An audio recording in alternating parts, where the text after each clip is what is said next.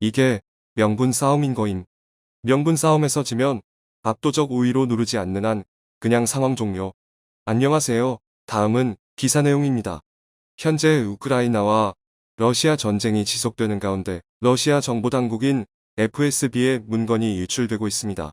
특히 이번 전쟁에서 푸틴 직속의 정보 당국 FSB가 전쟁에 대한 정보를 제대로 제공하지 않은 관계로 러시아가 이번 전쟁을 무리하게 감행했다는 사실이 유출되면서 조직에 큰 문제가 있음을 드러냈습니다.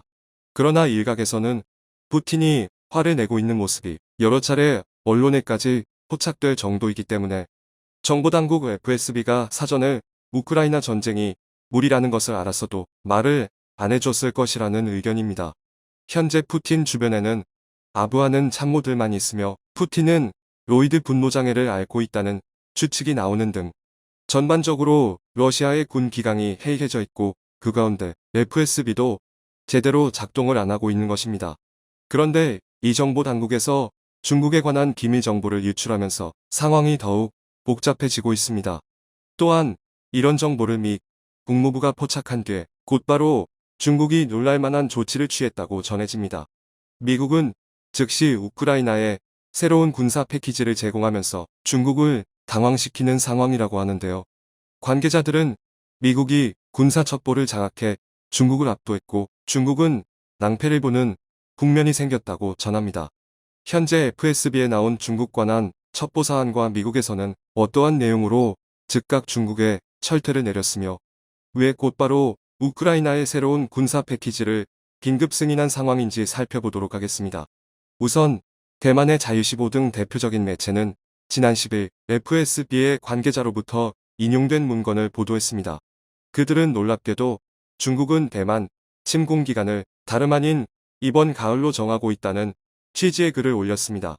러시아 인권단체 굴라그넷은 페이스북을 통해서 관련 첩보 내용을 그대로 올리는 모습이었습니다. FSB의 전문 분석 관계자들은 관련 문건에서 곧 대만이 우크라이나가 될 것이라는 글과 함께 이번 가을에 중국은 대만을 침공할 계획이며 이것이 매우 동북아의 중요한 국면이라고 밝힌 것입니다. 게다가 FSB 관련 문건에서는 왜 중국이 대만을 이번 가을에 침공하는지에 대한 구체적 증거가 있었는데 바로 중국 내부에서 권력 다툼이 매우 심해진 관계로 시진핑 사면임을 정당화시키기 위한 작업이라는 것입니다. 중국은 밖에서 보기에는 매우 만정화된 사회로 보이나 의외로 공산당 내부의 권력 다툼은 심각한 것으로 보입니다. 아직까지 중국에서 사면임을 한 국가주석은 없었고 상하이방 등 각종 계파들이 돌아가면서 주석을 해왔기 때문에 그동안 주류 계파가 아니었던 태자당의 시진핑이 권력을 잡고 사면임 자리에 앉는 것에 불만이 있다는 것이죠. 실제 중국은 이번 베이징 올림픽을 비롯해서 코로나가 확산되지 않도록 막는 것도 사면임과 큰 관계가 있습니다. 지금도 중국은 인구 수백만에서 수천만 명의 도시도 단 한 명의 코로나 환자만 나오면 모두 격리합니다.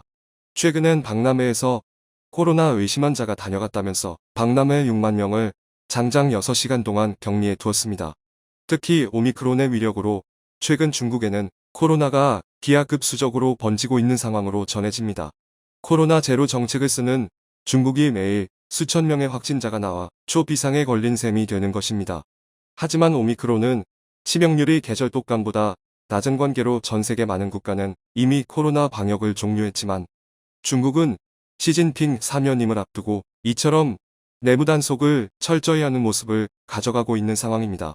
하지만 중국의 부동산 침체를 비롯해 코로나로 인한 경제 침체는 더욱더 가속화되고 있는 모습이며 그러다 보니 중국 내부를 결속하기 위해서는 대만을 침공하자는 시나리오를 그렸다는 것이 그 주장입니다. 그렇다면 러시아에서는 이러한 중국의 가을 대만 침공 시나리오를 어떻게 알게 되었는지 궁금해지는데요. 이에 관해서는 최근 수년간 중국과 러시아가 밀착을 하면서 극비 사안을 서로 주고받았다는 것으로 특히 이번 우크라이나 침공을 미국을 제외하고는 유일하게 중국만이 알고 있었다는 점이 제기됩니다. 중국은 올림픽 기간을 피해달라고 얘기했고 정확히 러시아는 올림픽이 끝나고 우크라이나를 침공했습니다. 따라서 러시아도 중국으로부터 그 다음은 우리 차례라는 사인을 다각도로 받았을 것이라는 의견입니다. 또한 중국이 이번 가을을 침공 시기로 잡은 것은 러시아 전쟁 이후라는 점도 제기되고 있습니다. 중국은 이번 전쟁에서 러시아가 승기를 잡고 확실하게 우크라이나의 항복을 받아낼 걸로 봤습니다. 푸틴이 우크라이나에 친러 정부를 세우고 완전히 병합되는 것 같은 형태의 국가가 세워지게 되는 것을 대략 이번 가을 정도로 파악을 했으며, 그때 즈음이 되면 역시 그 누구도 이런 침공을 막을 수 없다고 판단되며 중국이 대만을 침공하더라도 서방에서 쉽게 중국을 건드리지 못할 것이라는 의견이 나왔던 것입니다. 실제 이번 전쟁 초반을 살펴보면 서방 국가들에 대해서 우크라이나를 돕지 않는다는 비난이 쏟아졌습니다. 젤렌스키 대통령은 물론이고 세계 주요 논사는 미국과 서방이 과거 약속을 저버렸다고 비난을 가했습니다. 따라서 러시아는 빈집털이를 하는 것과 마찬가지로 봤고, 이를 지켜보는 중국은 내심 자신감을 얻었다는 것입니다. 그러나 전쟁이 시작한 뒤 거의 3주가 다 되어가는 시점입니다만 여전히 러시아는 고전하는 상황입니다. 게다가 미국을 비롯한 서방연합은 우크라이나를 직접 지원하지 않고 간접적으로 전쟁을 돕는 모습을 보였으며, 이러한 지원만으로도 우크라이나는 러시아의 기갑부대와 공중전에서 전혀 밀리지 않는 모습을 보였던 것이죠. 또한 서방의 러시아 제재는 매우 강요했는데 중국에서 이해 못하는 것 중 하나는 서방 기업의 철수였습니다. 중국 기업들의 불문율 같은 말이 있는데 한 번 맺은 비즈니스 관계는 절대 끊지 않는다는 것입니다. 중국은 일단 정치적인 이유가 아니고서야 양 국가 간의 사업 관계가 시작되면 절대 사업을 끝내지 않습니다. 그런데 이번 러시아 전쟁 이후 미국의 기업들은 물론 대다수 유럽 기업들이 러시아를 손절해버린 것입니다. 이것은 대만 침공 시 중국에도 그대로 벌어질 일이라고 생각하니 중국 입장에서는 철렁하는 국면이었습니다. 서방 자본이 중국에서 빠져나간다면 중국 경제는 그대로 수직 하락하게 되는 상황이 펼쳐지는 것이죠. 또한 미국의 금융제재는 상상 이상으로 막강했으며 러시아를 순식간에 크게 시달리게 한 모습이 나왔습니다. 대만을 우크라이나처럼 점령할 생각이었던 중국은 이런 상황이 매우 섬찟한 상황으로 여겨졌던 것이죠. CNN에 따르면 이러한 상황을 모두 지켜본 시진핑 국가주석은 크게 충격을 받은 것으로 전해지고 있습니다. 서방 세력의 금융 파위가 생각보다 매우 막강했으며 미국의 군사력은 가능하기에 어려울 정도라는 것이었습니다. 따라서 FSB 누출 문건에는 중국이 이러한 장면을 받고 대만 침공 가능성도 희박해졌다는 의견도 나왔습니다. 게다가 현재 중국의 강경한 대외 정책으로 인해서 중국 내부에서 큰 권력 암투가 일어나고 있습니다. 아무리 시진핑 독재 체제라고 하더라도 결국 그것은 중국 인민 전체를 위한 것이어야 하는데, 시진핑의 1대1로나 주동자기의 대외 정책으로 대만을 강경하게 침공을 준비하는 자세 등은 중국을 큰 위협에 처하게 한다는 의견이 내부적으로 등장하며 사면임을 위협한다는 말이 나오는 것이죠. 그런데 여기서 이러한 상황을 캐치한 미 국무부는 곧바로 중국에게 철퇴를 내리는 말과 함께 우크라이나의 새로운 군사 패키지를 준비하면서 중국에 대한 의지를 크게 꺾어버리는 모습이 나옵니다. 특히 미국은 기존의 소극적이던 자세를 100% 적극적으로 바꾸는 움직임을 보이고 있습니다. 우선 미 백악관은 최근 러시아가 수세에 몰리면서 중국에 드론 미사일 폭격기 등을 요구했다는 말이 나오자마자 미 공화당 의원들은 30억 달러의 긴급 군사 지원을 아무런 지연과 방해 없이 사용할 것을 촉구한 모습이 나왔습니다. 특히 백악관에서는 중국발 드론 얘기가 들려오자 곧바로 수마일 떨어진 탱크와 포병 진지를 정확하게 공격할 수 있는 미사일이 탑재 가능한 드론 지원을 준비 중이며, 이 미사일을 스위치 블레이드에 탑재할지도 신속하게 검토하고 있습니다. 스위치 블레이드는 현재 미국만이 전용으로 사용하며 특수작전 사령부가 탱크와 기타 장갑차를 파괴하는 무기입니다. 이 드론은 현재 우크라이나에서 대전차 폭격 드론으로 활약 중인 터키의 TB2보다 스피드가 매우 빠르며 이것이 투입될 경우에 우크라이나 전쟁에서 매우 중요한 게임 체인저가 될 것으로도 판단되는 강력 무기입니다. 이는 미국이 러시아가 시리아 용병 4만 명과 벨라루스 자원을 투입하는 것과 중국 무기가 투입되기 이전에 최첨단 무기를 전선에 투입함으로 해서 적군들을 순식간에 무력화시키고 사기를 꺾는다는 판단입니다.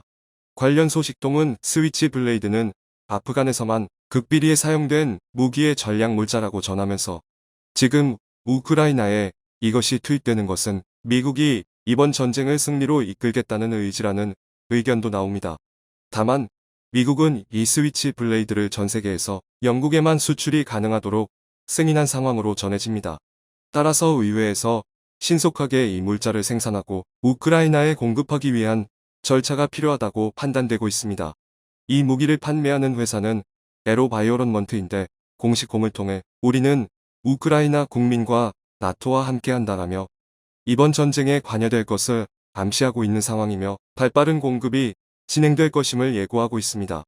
뉴욕타임즈에 따르면 우크라이나는 미국에 대량의 필요 군수물자 리스트를 보냈고 미국은 이에 답했습니다. 존 커비 미 국방부 대변인은 지난주 미국이 우크라이나에 우크라이나인들이 필요로 하고 아주 잘 사용하고 있는 그런 종류의 능력을 갖추는데 전념하고 있다고 말하며 실제 미국이 발빠르게 보급을 하고 있음을 드러냈습니다.